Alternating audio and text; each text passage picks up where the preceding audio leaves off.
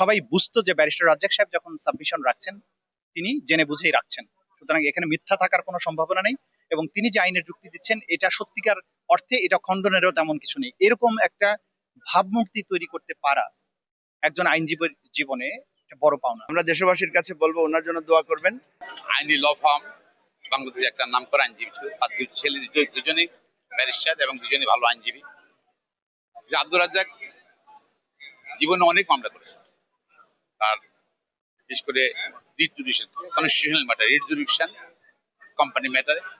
আর criminal মামলা উনি কম করতেন, বাট ক্রিমিনাল মামলা করেছেন এবং তার অনেক উল্লেখযোগ্য মামলা রিপোর্টেড হয়েছে আমাদের বিভিন্ন ডিএলআর ডিএলডি সব বিভিন্ন রিপোর্ট হয়েছে।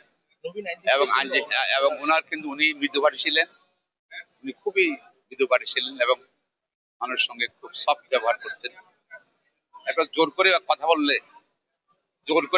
ধমক দিয়ে কথা বললে যে নেতা হওয়া যায় তা না। হি ওয়াজ অ্যাকচুয়ালি মানে ন্যাচারাল লিডার ছিল এই জগতে। তার এই ব্যক্তিত্ব তাই কিন্তু শ্রদ্ধার পাত্র করেছে। আমি বলছিলাম জানা যায় আর প্র্যাকটিস আসার পাশ থেকে 30 বছর আগে ধরতে গেলে আমি একদিন রাগ করে কথা বলছিলাম 2-3 বছর পরের দিন উনি বললেন যে সুপ্রিম কোর্ট আইনজীবী জোরে কথা বলে না। ওটা কিন্তু আমার সবসময় স্মরণে থাকে ওনার অ্যাডভাইস। জাদ্দাক থেকে অনেক কিছু শিক্ষণীয় ছিল, তার আর্গুমেন্টটা ছিল ফ্যান্টাস্টিক। প্রত্যেকটা মামলা উনি অত্যন্ত প্রস্তুতি নিয়ে কিন্তু আর্গুমেন্ট করতেন, রেফারেন্স দিতেন। এতে যারা কোর্টে থাকতো জুনিয়র লয়াররা তারা অনেক কিছু শিখতে পারত। তার দুই ছেলে তারা দুজনেই ব্যারিস্টার, খুবই প্রতিষ্ঠিত ব্যবসায়ী, প্রতিষ্ঠিত আইনজীবী।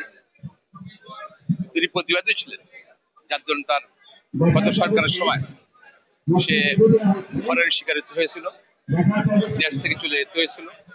দীর্ঘদিন প্রবাসে নিজেকে রেখেছেন এবং তার হরের ভয়তে উনি দেশে আসতে পারেননি। সরকার পরিবর্তনের পরে 5ই আগস্টের পরে দেশে আসছেন, দেশে তিনি অসুস্থ হয়ে পড়ছেন। তার মৃত্যুতে আইন জগতে অনেক বড় শূন্যতা সৃষ্টি হলো। আশা করি আবার কতই পূর্ণত হবে আমরা জানি না। আমরা দেশবাসীর কাছে বলবো ওনার জন্য দোয়া করবেন, এবং উনি যে মত এবং পথ মধ্যপন্থার যে একটা প্রগতিশীল বাংলাদেশের সমাজ সংস্কৃতি ধর্ম সবকিছুকে মিলিয়ে যে একটা ভারসাম্যপূর্ণ রাজনীতির চিন্তা করতেন, সেই রাজনীতি যাতে আমরা এগিয়ে নিতে পারি সবার কাছে সে দোয়া চাই। আপনাদেরকে ধন্যবাদ। তিনি যে স্ট্যান্ডার্ডের আইনজীবী ছিলেন এবং যে ধরনের প্রস্তুতি নিয়ে যে অসাধারণ তার বাচনভঙ্গি ছিল, সাবমিশনের ধরন ছিল, এবং যত নিরপেক্ষভাবে ফ্যাক্টসের প্রশ্নে উনি কখনো কোনো রকমের ফ্যাক্টস বিকৃতির আশ্রয় নিতেন না। সত্যিকার অর্থে যে ঘটনা সেটাকে কোর্টে তুলে ধরতেন এবং সেটার প্রশ্নে যত আইনের ব্যাখ্যা আছে সেটা তিনি কোর্টের কাছে তুলে ধরতেন। তার সাবমিশনের ধরন ছিল অনন্য। তিনি সাহসিকতার সাথে কথা বলতেন, দৃঢ়তার সাথে কথা বলতেন, এবং তার এই জিনিসগুলো আদালতকে প্রভাবিত করতো। তার ব্যক্তি হিসেবে তিনি অসাধারণ ছিলেন। কোনো বিষয়ে সিদ্ধান্ত তিনি একা নিতেন না, সবসময় সহকর্মীদের সাথে, জুনিয়রদের সাথে পরামর্শ করতেন। এককভাবে কোনো কিছু চাপিয়ে দেওয়ার চেষ্টা করতেন না, এটা আমার কাছে সবসময় ভালো লাগতো। পিতৃতুল্য ছিলেন জুনিয়রদের কাছে, এবং দেশ নিয়ে তার ভাবনা ছিল, ভালোবাসা ছিল। তিনি বিশ্বাস করতেন বাংলাদেশের অনেক সামনে যাওয়া উচিত। যে স্বৈর শাসনের কারণে বাংলাদেশ সেই জায়গায় যেতে পারেনি। আগস্ট বিপ্লবের পরে তিনি দেশে ফিরে এসেছেন। তার স্বপ্ন ছিল যে এই বিপ্লবের পরে নতুন বাংলাদেশ গড়ার পেছনে যেন তিনি ভূমিকা রাখতে পারেন। আল্লাহ তাআলার ফয়সালা ছিল ভিন্ন রকম, তিনি চলে গেছেন। তো তার স্বপ্ন ছিল বাংলাদেশ যেন এমন একটা জায়গায় যায়, গোটা দুনিয়ায় সামনের কাতারে থাকে, এবং এই দেশের তরুণ প্রজন্ম যে বাংলাদেশকে আসলে বদলাতে পারবে এটা তার মনে বিশ্বাস ছিল, এবং সেই ব্যাপারে তিনি সাংঘাতিক রকমের আশাবাদী ছিলেন জীবনের শেষ দিন পর্যন্ত।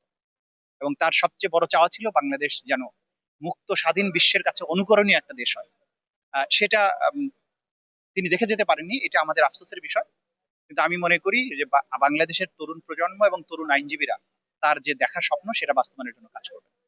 ওনার মতো এত প্রাজ্ঞ, আদালতের প্রতি এত সহনশীল, ব্যক্তি জীবনে এত সুন্দর মানুষ আমরা আমাদের এই পেশায় খুব কম মানুষকে দেখেছি।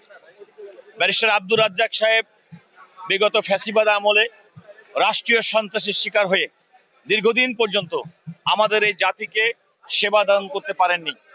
2013 সাল থেকে 2024 পর্যন্ত এই দীর্ঘ সময় এই জাতি তার এই পণ্ডিত, এই আইনি পণ্ডিত ব্যক্তির কাছ থেকে যে সেবা প্রাপ্তির অধিকার ছিল, আমি মনে করি দীর্ঘদিন পর্যন্ত তাকে প্রবাসে নির্বাসিত জীবনযাপনে বাধ্য করার মাধ্যমে বাংলাদেশের মানুষের ন্যায় বিচার প্রতিষ্ঠার ক্ষেত্রে অনেক দূর পিছিয়ে গেছে। ঠিক। আমি আজকের এই দিনে ব্যারিস্টার আব্দুর রাজ্জাক, তিনি একজন সিনিয়র আইনজীবী নন, তিনি একজন সিনিয়র ব্যারিস্টার নন, তিনি শুধুমাত্র এই দেশে প্র্যাকটিস করেন, ইংল্যান্ডে প্র্যাকটিস করেছেন এমন একজন ব্যক্তি, এমন একজন সজ্জন ব্যক্তি, আইনের দিকপাল বলা যায় যাকে। আমি তার বিদেয়ী আত্মার মাগফিরাত কামনা করছি। তার পরিবারে তার সুসন্তান, 2 সন্তান, তারা প্র্যাকটিস করেন।